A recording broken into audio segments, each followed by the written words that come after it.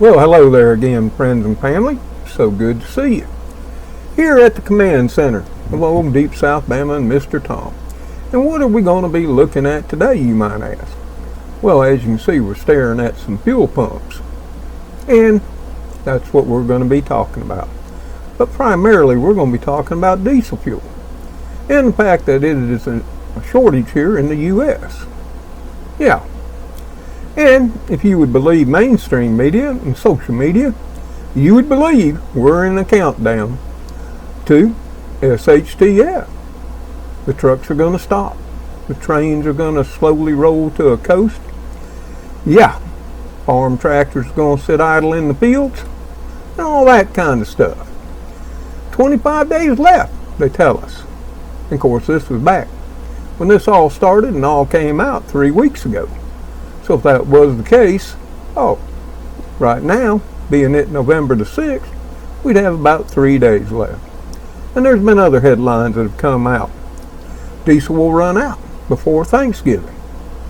And has that created some anxiety, some fear, and of course panic buying, not only by customers with cars, but for trucking fleets and other firms? And the answer to that is yes. But is there actually a countdown? Did we start back 3 weeks ago counting down the 25 days left? Or was that misrepresented? Was that used without context or out of context? And that's why I wanted to do this video. Many of you asked about it. And when I saw the headlines, both in mainstream and social media, hyping it up and taking advantage, yeah, I dug deep. And this is where I'm going to take you tonight for a deep dive into the U.S. diesel fuel shortage. So let's start the journey. So our journey starts here at an article from Business Insider. It's over on Yahoo Finance where I found it, but the original article was written by Business Insider. The U.S. diesel crunch means it's time to stock up on food. Robert Kiyosaki says, here's what the Rich Dad, Poor Dad, author, and 5 experts are warning as the fuel runs short. Yep, she's running down, folks, or so they tell us. There's an acute diesel shortage here in the U.S., and it's sparking worries about inflation and food supply. Higher fuel prices mean higher delivery costs, which could feed into higher prices for consumers. Here's what Robert Kiyosaki and 5 other top experts think the diesel crunch means for Americans. The shortage of diesel in the U.S. has set alarm bells ringing for many experts who are flagging high prices for goods and the risk to food supply as truckers pay for fuel. Inventories of diesel have sunk far below energy emergency levels, and EIA data, and that's the Energy Information Agency of the U.S. government, showed and the U.S. had only 25 days supply of diesel left in reserves as of 3 weeks ago. See what I mean?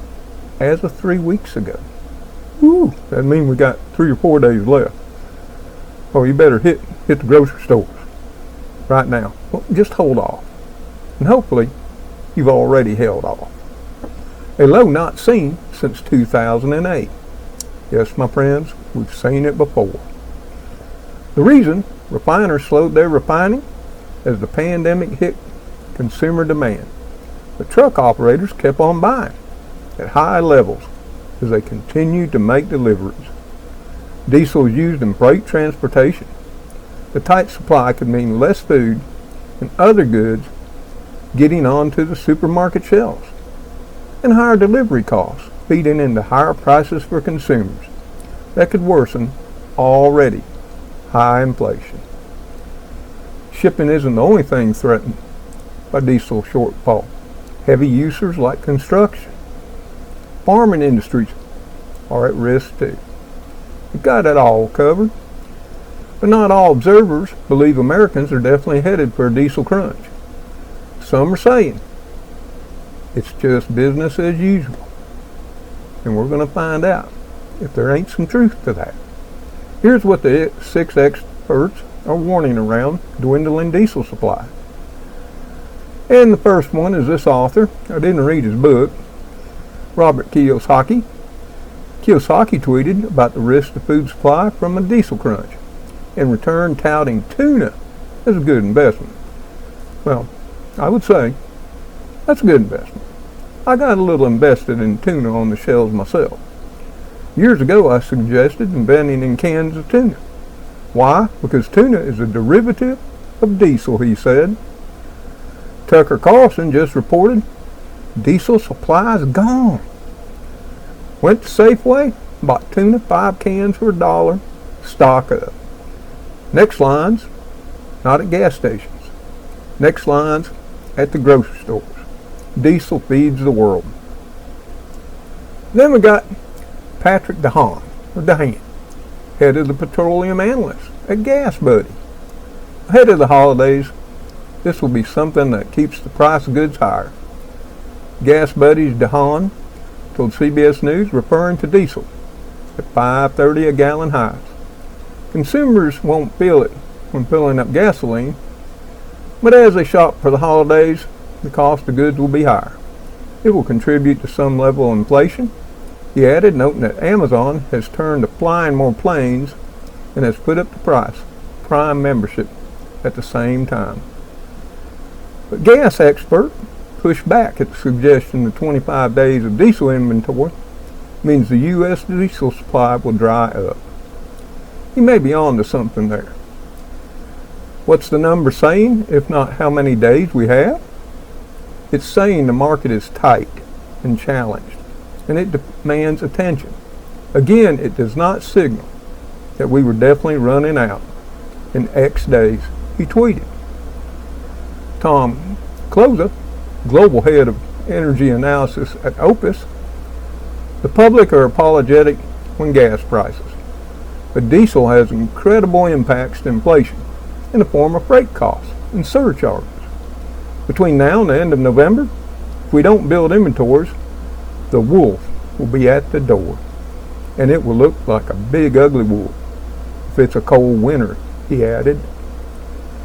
Mazen Danoff, senior economist at Uber Freight, didn't even know Uber was in the freight, but yes it is. While many hope that easing supply chain constraints would help in taming inflation, it did not have the effect we expected due to high fuel costs. The impact is definitely felt by the end consumers because shipping costs have been one of the main drivers of inflation this past year. And yeah, that is true. Mike Stenup, executive director of Soy Transportation Coalition, I guess they transport soybeans, in visiting with a number of farmers, the consensus, of course, is that diesel costs are one of the more incursions into profitability. I can see that. The more they pay for diesel, the less they can make on their products. As far as getting supplies, it looks like those areas most dependent upon the river are experiencing the biggest challenge. A couple of farmers told me diesel supply via their local vendor is a day-to-day, he said. And that is true. The Mississippi's at historic low level.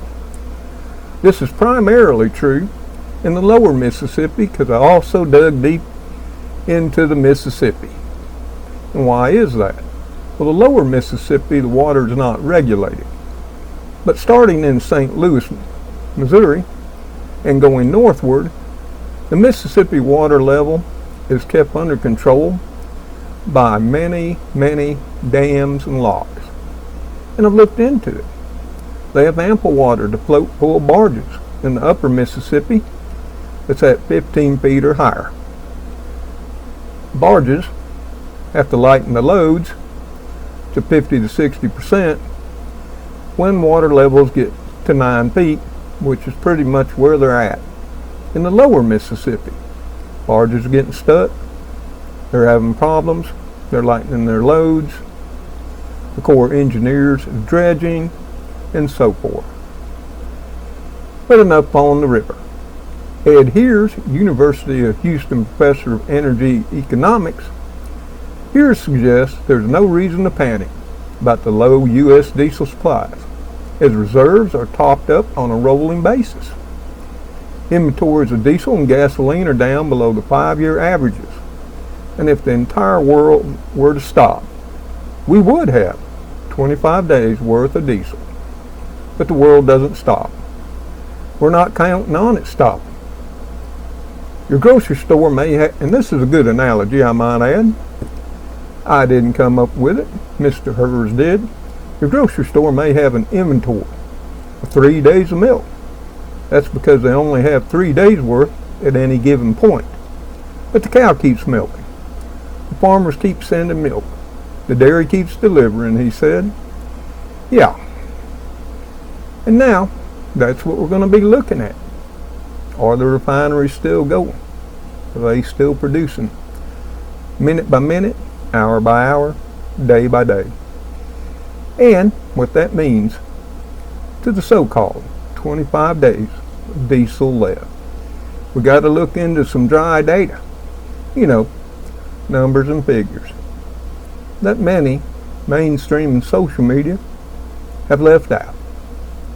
So, let's head on over to the EIA, Energy Information Agency, and start digging in to the numbers and see whether it was 25 days and counting or just 25 days in reserve. So here we are at the EIA, the U.S. Energy Information Administration. They've got all the facts and figures and data of the petroleum use throughout our great nation. And this is the U.S. weekly product supplied. And why are we here? And what do we want to know? Well, the first thing we need to know is how much diesel fuel oil we consume in America. Yep. And here that's where they report it in thousands of barrels per day. Yeah. So you can see right here, distillate fuel oil, that's diesel. And they're showing it from 9/23/2022 through 10/28/2022. Yeah. So since this figures are in thousands of barrels, just like here for 10/28, we consumed 4,257,000 barrels of diesel fuel. And if you really want to know the history, you could click right here and it'd bring you up and show you every week from 1991 to 2022.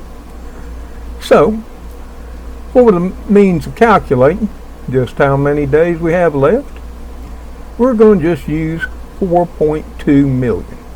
If you take all these 6 weeks together, throw them in a pile, divide by 6, it actually comes to 4.143 million barrels of diesel fuel used. But we're going to go a little bit on the high side and use 4.2. Now, as always, all the links to all the resources that I use in this video will be supplied for you in case you want to dig deep, dive a little bit yourself. You know, throw on your wetsuit, strap on your air tanks, your scuba mask, and you can dive deep into gasoline, jet fuel, fuel oil, propane, or what have you. So, we're going to use 4.2 million barrels in our calculations. So, now, we have to go to another site on the EIA and take a look at what we got and how we got here and what we've had in the past. And here's another site from the EIA. And what is it looking at? Weekly U.S. ending stocks. This was at the end of the week. What we had left of distillate fuel oil, diesel. And just right off the bat, the first thing you'll get from this nice, wonderful blue graph is, yeah, it might look like we've seen these levels before. But here we are in current time, or the last time it was reported. On 10/28/2022, we had 106,700 184,000 barrels of diesel fuel left. Yeah, that equates to 106 million, since it's in thousands of barrels. But have we been there before? Well, quite apparent we've been close to that. Here in May the 9th, 2008, we were even lower. I don't remember anybody reporting we were about to run out of diesel. Maybe you do. I don't remember. But at that point, we were at 104,702,000 barrels. So let's head on down to the data and take a look at it. And this particular chart also is in thousands of barrels. So each number is 1,000 barrels. And if you multiply the figure times 1,000, you'll find these are in millions. So let's take a look at that. And if you want to, you can just preview the levels as we go. And if you got a quick eye, you'll see we've been lower quite a bit at certain times in our history. Like right here on March the 31st, it was at 97,259. But enough of that. Our highest levels, as many of you might understand, was actually in the year of 2020. Remember? When they locked us all down, trucks were sidelined because they weren't making deliveries, especially to restaurants. And one of the highest levels of diesel fuel storage came on July the 31st, 2022 at 179,977,000 barrels of diesel fuel. And I can already tell you that equates to about 42 days of supply at current usage levels. Now, scroll on down here to the latest report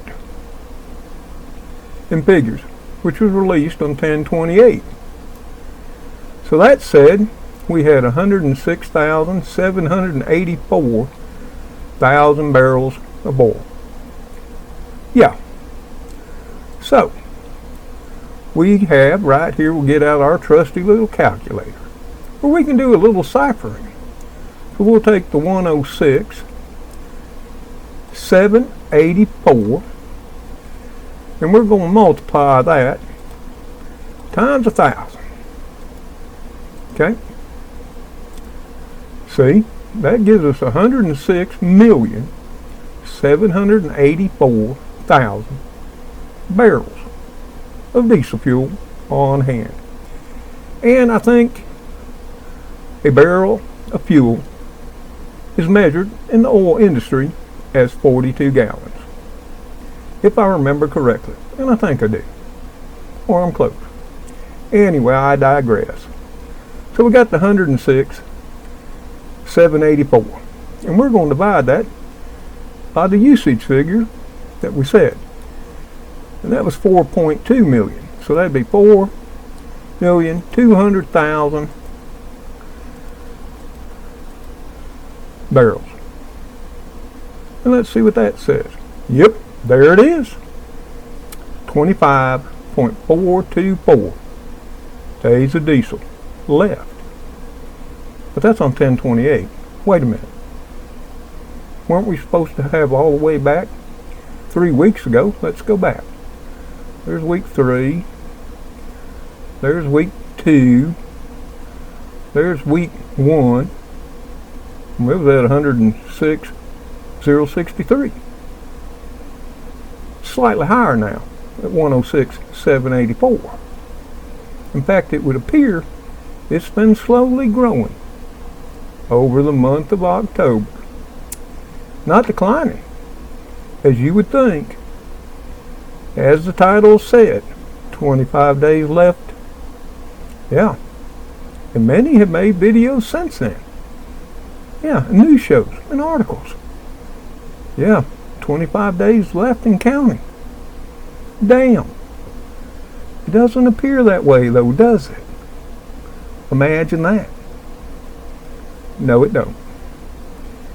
So, was the inference which generated the titles, which all started with the government, I might add, was it true? Well, based on the data, apparently it wasn't. Apparently, we had 25 days left of supply. Only if, and here was the important part, and was touched on briefly in the article I read to you, only if the refineries stopped. But like Mr. Here said, well, he related it to cows and milk. You can relate it to refineries. Yeah, we'd have 25 days left, had the refineries all shut down. Yeah, and stop producing. That's not the case from the looks of it, is it? No, just from a brief glance, I think I have determined that was far from the case. But let's look a little bit further, because there's been inferences to refinery capacity. Some have said our refineries are operating at 50 and 60%, which was contributing to this diesel shortage. Yeah, well, let's look at that and see if that is true. So, to know what you have in your area of the country, we come here. This is Table 6, stocks of distillate, kerosene-type jet fuel, residual fuel oil, and propane. Yep, it's got it all in case you're interested. But this is broken down into what they call PADDs, P-A-D-D. And you might not know what a PADD is, because I didn't know. Well, that stands for Petroleum Administration Defense something. See now, I can't remember. Trying to do a video, can't remember what PADD stands for. But it is. And you can see the East Coast is PADD 1. It's broken up into 3 sub-PADDs. The Midwest is PADD 2, the Gulf Coast is PADD 3, and the Rocky Mountains are PADD 4, the West Coast is PADD 5. But you might not know by that just where you are in the PADD breakup. To know where you are, you can come over here. Yeah, and now I can see. PADD stands for Petroleum Administration for Defense Districts. Yeah, my memory ain't what it used to be. And they got the country broken up into, it would be 5 different PADDs. Like I said, the East Coast is PADD 1, from Maine to Florida. The PADD 2 is the entire Midwest and the states thereof. PADD 3 is where I live, the Gulf Coast PADD, from Alabama to New Mexico. PADD 4 is the Rocky Mountains, and PADD 5 is the West Coast. So yeah, you can look here on this, see which PADD you're living in, and then you can go back and see just what your stocks are, where you are at, which is found right here. But let's look at distillate fuel oil. Well, here we are again. For 1028, and this is in millions of barrels, it's at 106.8 million. The week before, 1021-22, it was at 106.4. See, it's growing. The difference is it gained 0.4. But you can look back at what it was the year before on 1029-21. It was at 127.1 million barrels. Or back in 2020, 1030, it was at 154.6. Yeah, and that was when things were slow due to the pandemic, of course. But I digress again. Like I say, PADD 1 is broken up into 3. And if you take New England, you can see its stocks are the lowest, coming in at 3.6 million barrels. The highest is for the Midwest and the Gulf Coast. Midwest comes in at 24.9. You know, a bread basket. waving fields of grain and such. And the Gulf Coast, where the refineries are primarily, the highest concentration thereof is at 42.1. Now this is for all distillate fuel oils, which also includes home heating fuel. Now what most modern day trucks use and how distillates are broken up is in 15 parts sulfur and under, greater than 15 million to 500 parts per million sulfur, and then greater than 500 parts per million sulfur. And you may wonder why. Well, the primarily fuel used for trucking is the 15 part per million sulfur and under. And what that's currently at is at 95.8 million nationwide. But the week before it was at 95.4. So here again, it's increased by 0.4. The total East Coast has 23 million barrels. New England, 3.6. Central Atlantic, 9.4 million. Lower Atlantic, 10 million barrels. The Midwest has 24.1 million. The Gulf Coast, 35.3. The Rocky Mountains, 3.1 million barrels up there.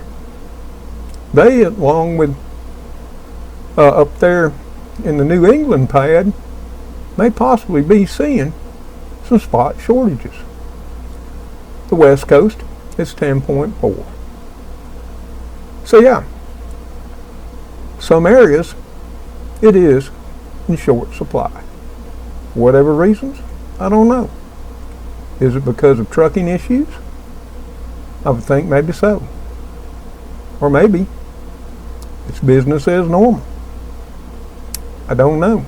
But looking at the stats here all the way back to 2020, it looks like it's pretty much stayed pretty close to the same. So there you have it. That's what it is in your particular area.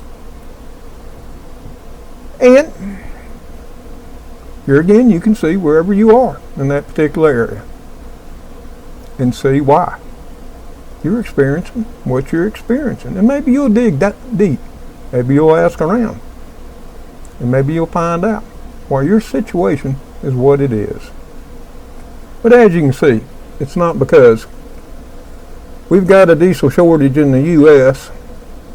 and we've been counting down to SHTF.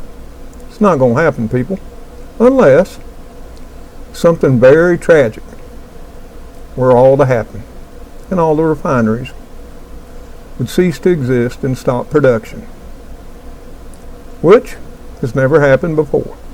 Not saying it ever couldn't. But I do hope, since we dug into this, and I hope in enough detail, to put your mind at ease, that right now, at this second in time, we're still not counting down to the end of diesel in America. So with that said, folks, I think I've rattled on long enough. If you have enjoyed the deep dive, found it informative and useful, I hope you'll give it a thumbs up. Maybe share it around. I mean, my videos don't get the coverage that the shock jocks and amateur newscasters here on other YouTube channels get. And the only reason I do it, I look at all this for my own information, for my peace of mind. I also want to protect my family and make sure they'll be okay. You know, my kids and my grandkids. And now, all of you, my friends and family, in our little YouTube community here on YouTube. So with that said, I'll bid you adieu. And until I and the Kitty Crew see you on the next video, y'all take care. Stay safe out there. Prepare as you must. And you will. And may God bless each and every one of you as you bless the others in your lives. Goodbye for now.